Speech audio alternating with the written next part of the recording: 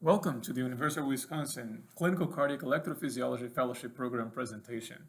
I'm Dr. Miguel Leal, and I have the honor of serving as a program director for this fantastic program that we are hoping, myself and my co-director, Dr. Zach Goldberger, to utilize this PowerPoint presentation as an opportunity to explore who we are and what we do here in cardiac EP, and to let you know, as a possible potential future fellow, the opportunities that UW offers you, both in terms of clinical training, but also research and education as well.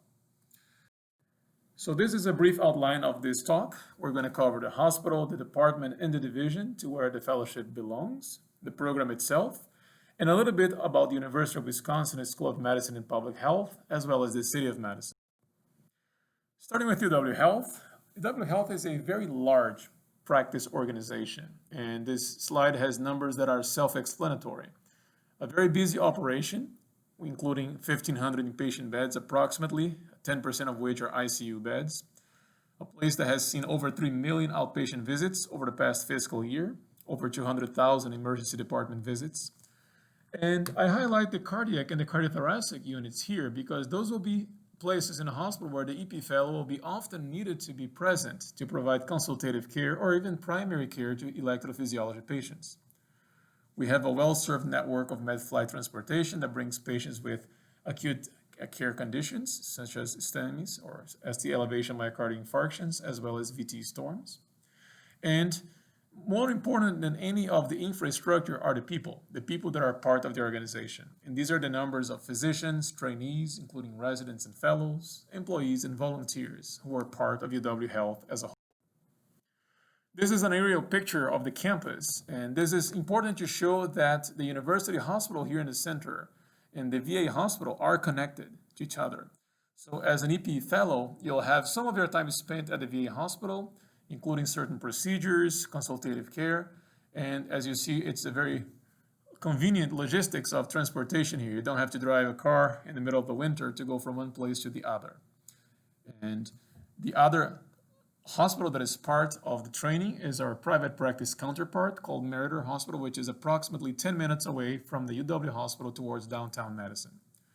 About 80% of your time as a fellow is spent at the UW Hospital, 10 to 15% at the VA, and about 5% at Meriter.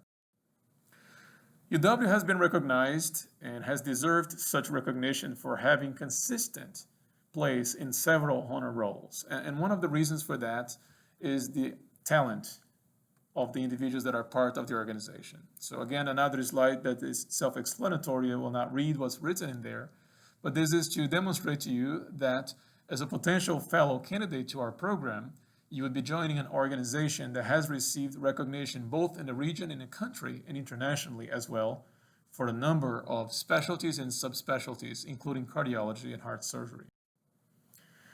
This is again a continuum of what you just saw in the previous slide, and I'd like to highlight things such as, for instance, the 5th rank in the nation for NIH funding. In an area when it's really hard to secure research funding, it is very nice to see that we practice in a setting that has been successful in retaining a significant number of grants. And there is also a lot of innovation here. The Wisconsin Alumni Research Foundation, or WARF, has ranked 9th in the United States for utility patents granted in the year of 2019. And this innovation, which is, I think, a very important feature of any electrophysiology training program, because it's the very nature of our field and what we do, has allowed our fellows to interact with a number of other graduate trainees, including folks from schools that are even beyond the School of Medicine, such as biomedical engineering and other fields related to bioscience. No, it's not just about cardiology. These are some of the programs of excellence that UW has to offer. And I show this slide because it is not infrequent that a candidate comes with a significant other or other family member who might have an interest in other areas within the medical field. And this is just to highlight areas where UW has achieved national excellence and recognition beyond heart and vascular care, which is the service line to where we belong as electrophysiologists. The foundation has essentially over 1,300 faculty physicians. And this is our group practice organization here. And this is localized not just in Madison, but also several outreach locations throughout the state of Wisconsin. And these slides are meant to show you who we are, the clinical faculty with whom you'll be interacting, from junior to senior, from research to clinical to everything in between. People will be essentially assisting you during your training.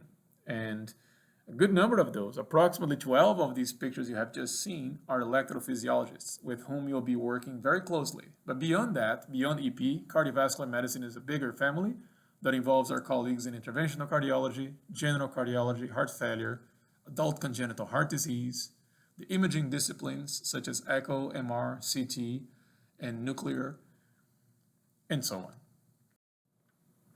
This is an important slide that I think says a lot, and in my opinion, every fellowship candidate should be always aware of what is the composition of the faculty in a place where he or she is interested in potentially applying for a fellowship position.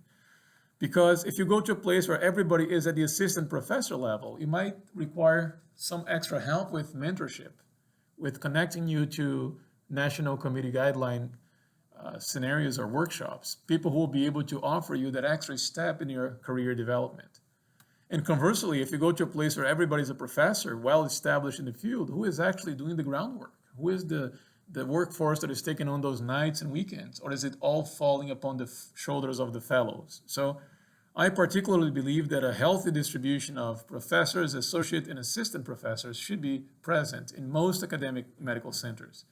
And this is to demonstrate to you over the past decade that UW has had a steady stability in the number of professors and associate professors, and a significant growth in the young talent and the assistant professors that have been recruited and retained over the last decade. And if you do the math, that's over 60 individuals committed to education, committed to the training of our fellows, electrophysiology and beyond. Where do all these folks practice? So these are the practice locations. And as I mentioned in the very beginning of this presentation, the first 3 sites are where you're going to be spending your time as an EP fellow, primarily at the UW hospital and clinics, but also a good amount of time at the VA, in a smaller proportion, but also important proportion at Meriter, which is, as I said, our private practice counterpart, 10 minutes away from the main hospital. These are other locations where we have ambulatory clinics and outreach locations as well, that I inform just for comprehensive sake, but our fellows typically don't attend those clinics, and they have their practice devoted to these 3 sites on top. And this is, again, just to illustrate how wide the catchment area is for the regional network that UW Health is responsible for. And as you see, it comprises not just South Central Wisconsin, but beyond that, as well as beyond the state border regarding Rockford, Illinois. So a number of patients who essentially depend on UW for both tertiary and quaternary care. And this is important because I like to say that electrophysiology training is about 2 main things: volume and mentorship. It's about many other things, but these are 2 very important highlights. You need to be experienced and exposed to a significant number of procedures, from simple to complex, complicated or not. And you also ideally should receive mentorship from day one. So your fellowship time is spent the most efficient way and the most profitable way for you as a future colleague. And those 2 important pillars, again, volume and mentorship, are going to be the bread and butter of your training here at UW starting on day 1. So we could spend time talking about each of our practice groups, but this presentation would be too long and probably too boring. So we're going to focus on electrophysiology, which is what you are interested in and the reason why you're seeing this PowerPoint presentation to begin with. So we have here at UW 2 dedicated labs plus a hybrid room. So theoretically 3 labs, and that's in addition to 1 to 2 labs at the VA and 1 to 2 labs at Meriter. So on any given day, there are somewhere between 5 and 7 EP labs operating with patients that essentially come from a variety of needs and pathologies requiring EP procedures.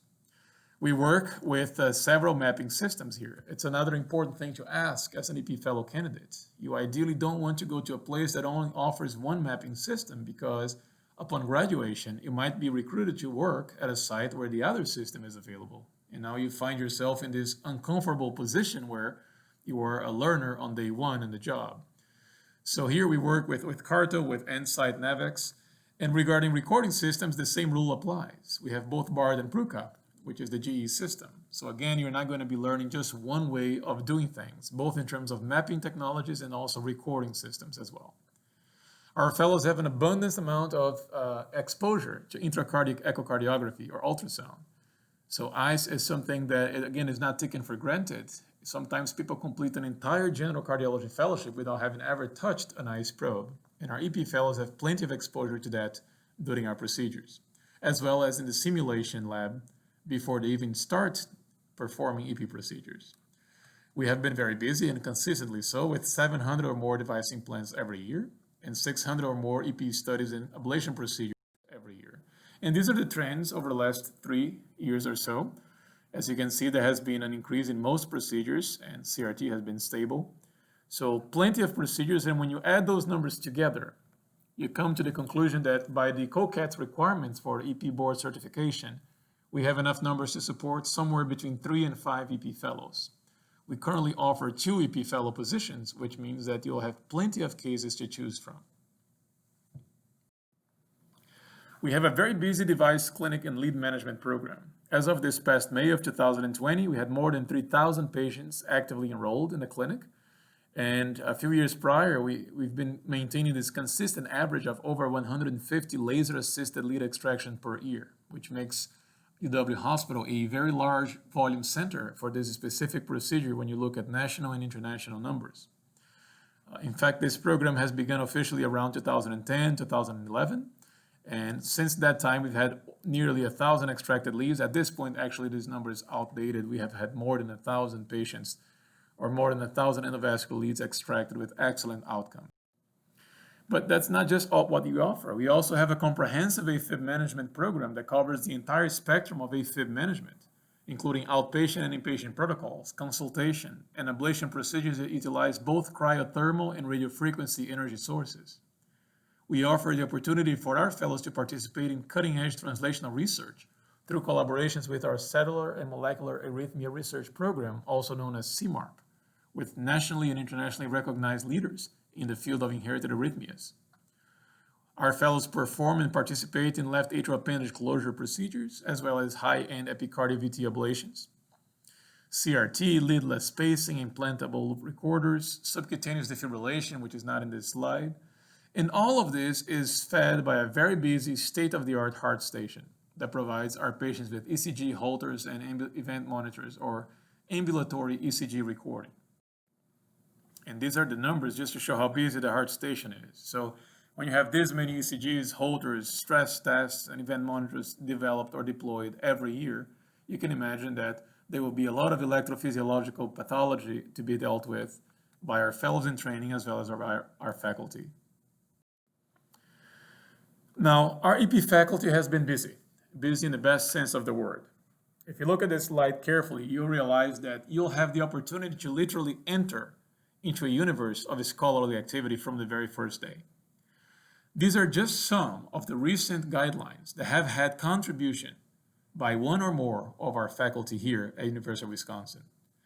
And needless to say, we've had fellows that were invited by this very same faculty to join certain committees that can be as basic as test development for the American Boards of Internal Medicine certifications, and as complex as task forces and grant review committees promoted by the ACC and AHA research. And we know that fellows have very different preferences sometimes. We have fellows who love quality improvement. Others prefer original research. There are those who are more focused on clinical training, and they really like participating in clinical practice guideline development. Once you join us, you can absolutely count on the opportunity to be exposed to one or more of these venues. And this could also pave the way to the beginning of a very successful academic career, if you so desire. And these are the research projects in our division as far as funding is concerned. And we all know how difficult, again, it is to secure funding these days. More difficult than ever before with so many budget limitations. But nonetheless, we've been able to maintain a healthy number of grant awards from the NIH, from AHA, and from other clinical trials. And when our fellows join us, they always have the option of either coming up with an original research project of their own, or they can tag along and join one of our ongoing existing projects, either funded or not, so that our fellows can have a true taste of scholarly activity, which nowadays is a much broader concept than simply original research. Yes, original research is and will always be fundamental and important, but a fellow can also be a scholar by writing a book chapter, a chapter review, writing questions for a board certification test, participating in a national guideline committee, and so many other ways, including QI, programs as well. As far as clinics are concerned, we have a number of clinics within our division, and including some boutique clinics that are not necessarily found everywhere, such as adult congenital heart disease, high-risk pregnancy, etc. And these are the numbers here. So for instance, for the fiscal year 2019, we had 2,428 electrophysiology clinic visits. So again, plenty of outpatient material, plenty of outpatient exposure for our fellows who do have a once-a-week continuity clinic, as it is routinely the case for most GME programs. It's a 1/2 day clinic that you have, and because we have a 2-year program and so many faculty available for teaching, each fellow typically spends 6 months at a time with 4 faculty total for the 2 years of the duration of the program. As I mentioned before, the VA is part of this, and the VA here that is connected to the UW is the William S. Middleton VA Hospital, which serves a huge catchment base in south central Wisconsin and also northwestern Illinois. And the VA is a medium-sized VA for VA standards. It has approximately 85 acute care beds, 18 beds in rehabilitation, and additional beds including programs such as hospice, transitional care, etc., with a total of 129 beds. These are our current EP fellows.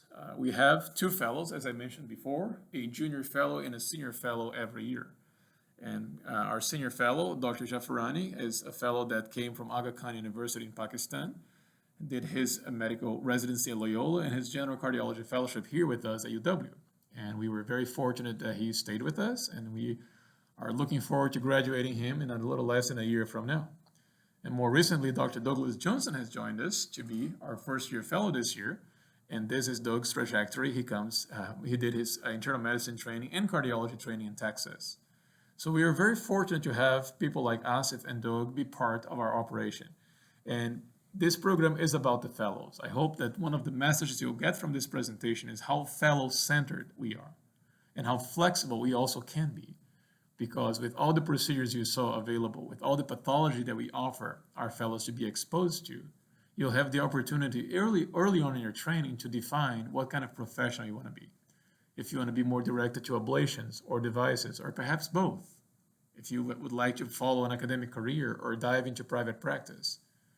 Or even if you remain undecided until the very last minute, we want to make sure that our program allows you the opportunity to thrive and do well in each of those capacities. These are our general fellows. Our program until recently had 4 fellows a year and just recently was expanded to 5, which is why the very bottom line has 5 first-year fellows. And then you have in the middle our second-year fellows, and on the top our senior fellows who are graduating this coming month of June of 2021. Again, these are the people about whom this is all. I mean, essentially, those are the folks that make us be as excited about medical education as we are. So it's not just Dr. Goldberger, my associate director, and myself, but we have a faculty, as I mentioned, of 12 electrophysiologists, including invasive and non-invasive, basic, clinical, people who are devoted to teaching our fellows and to have them have the best experience they can, because these are very precious, high-yield years during your training. And we want to make sure that you enjoy each moment that you spend here with us.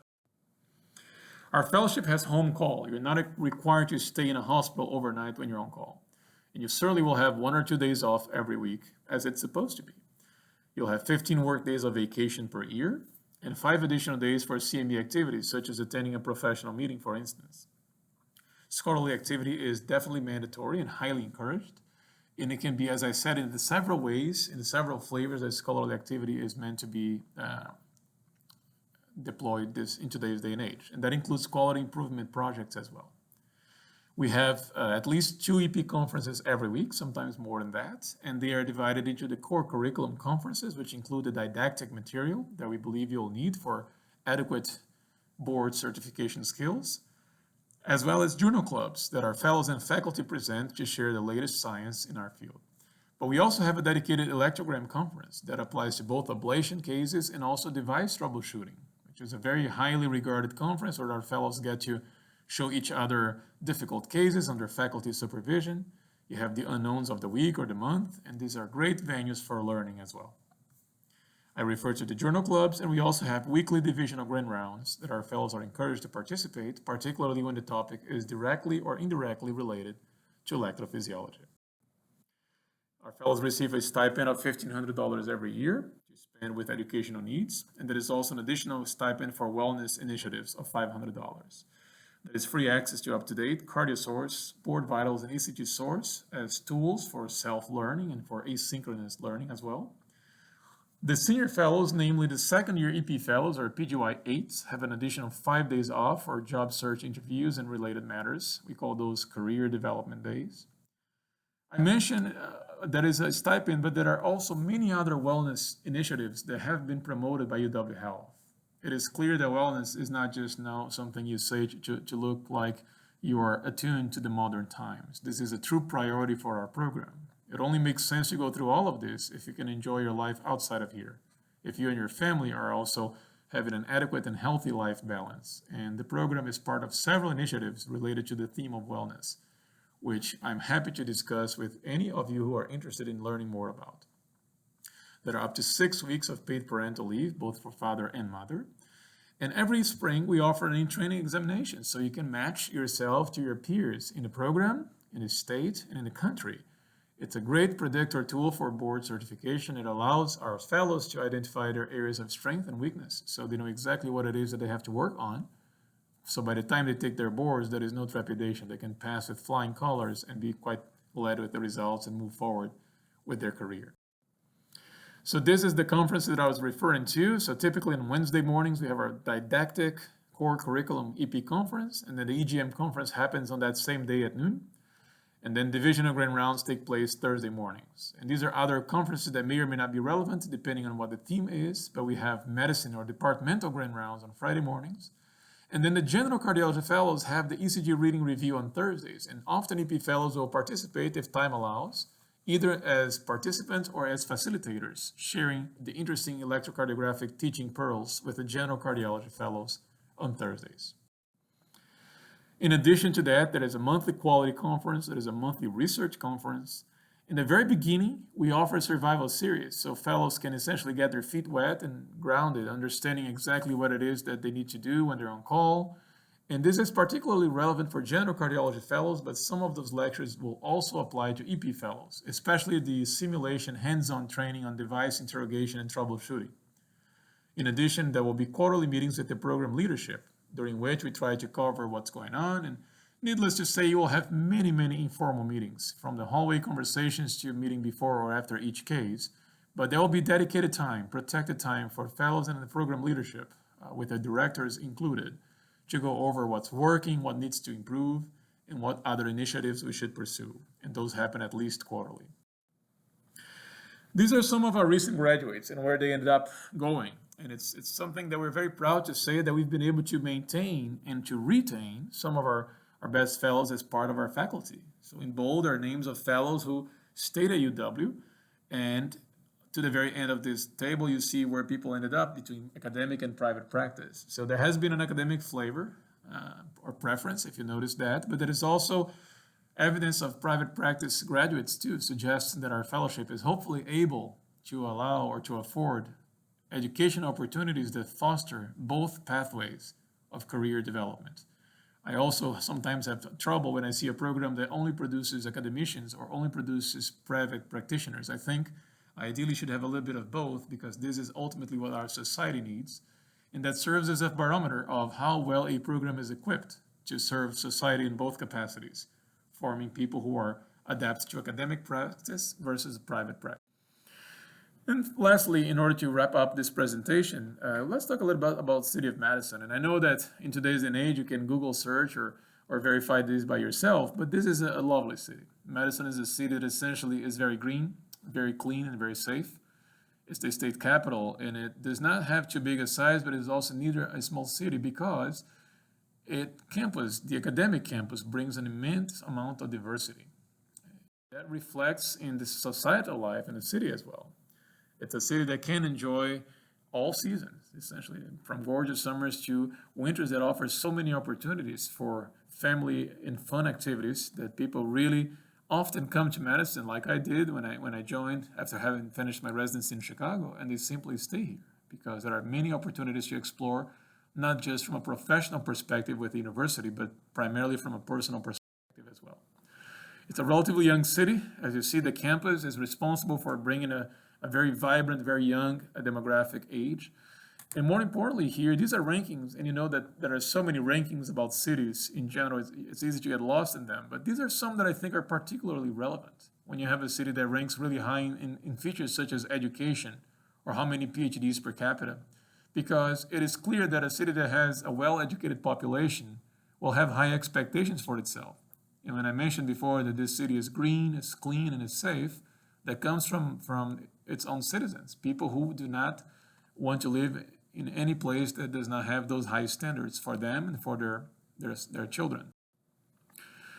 It's a city built on an isthmus and then extends towards both ends, and in between beautiful lakes, so perfect for hiking, for bicycling, for outdoor activities. So if that's something that appeals to you, you definitely would love the opportunity to visit here, because it is a city that can offer that, and as I said before, all year round. There are some interesting firsts, including first bone marrow transplantation, the beginning of embryonic stem cell research. You can read much more, and you can find many more other interesting facts about Madison, including its natural vocation for innovation. As I mentioned before, it is a large campus, almost 50,000 students, including undergraduates and postgraduates. And a university that has received, again, a lot of money in research funding, has ranked high in number of patents issued, which usually speaks a lot about innovation and also collaboration between different departments. And we have the Badgers, a very festive town, a city that essentially enjoys itself and is able to be, in my opinion, a great place for your professional development. So from all of us, I'd like to extend a warm welcome. I hope that this presentation was not too tedious or too long, but rather gave you a little bit of who we are and what we can offer to you. We truly believe in what we do. We're very proud of being the fellowship program that we have become over the past decade and more. And we truly believe that we can allow you to excel and to become the electrophysiologist that you aspire to be. If you're seeing this video, that means that you have been invited for an interview, so we definitely look forward to meeting with you. This unique year in our lives, these interviews will happen through virtual platforms, but we do hope that despite that difference, we will still be able to convey to you very clearly who we are, what we are about, our values, and more importantly, our immense respect for our fellows that we treat as junior colleagues on a first-name basis, day in and day out. So once again, welcome. We hope this presentation was useful, and we look forward to meeting with all of you through a computer screen and hopefully beyond that in the near future. Have a good rest of your day, and thank you very much.